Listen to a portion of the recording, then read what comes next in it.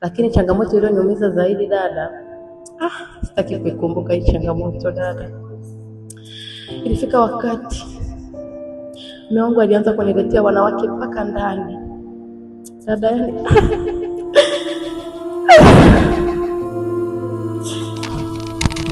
Pole sana, pole sana. Inawezekana pia ni mwanamke pia unapitia maumivu kama madamu Anita na kawaida kutoka muda mrefu.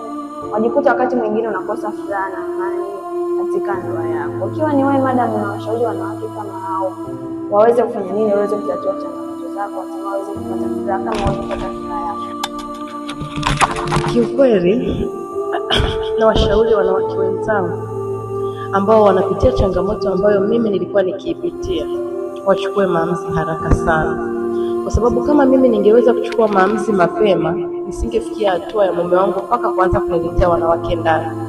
Kwa hiyo endapo watakutana na hii video, wachukue namba yako, wakupigie uweze kuwasaidia, kwa sababu hata mimi mwanzoni sikuamini kama naweza nikapona nikapata ujauzito, ila tu baada ya kuthubutu kuchukua namba yako kutafuta, nikaona kweli nimeweza kupata ujauzito. Ona, washauri tu wafanye maamuzi papo hapo pindi tu atakapoona video hii.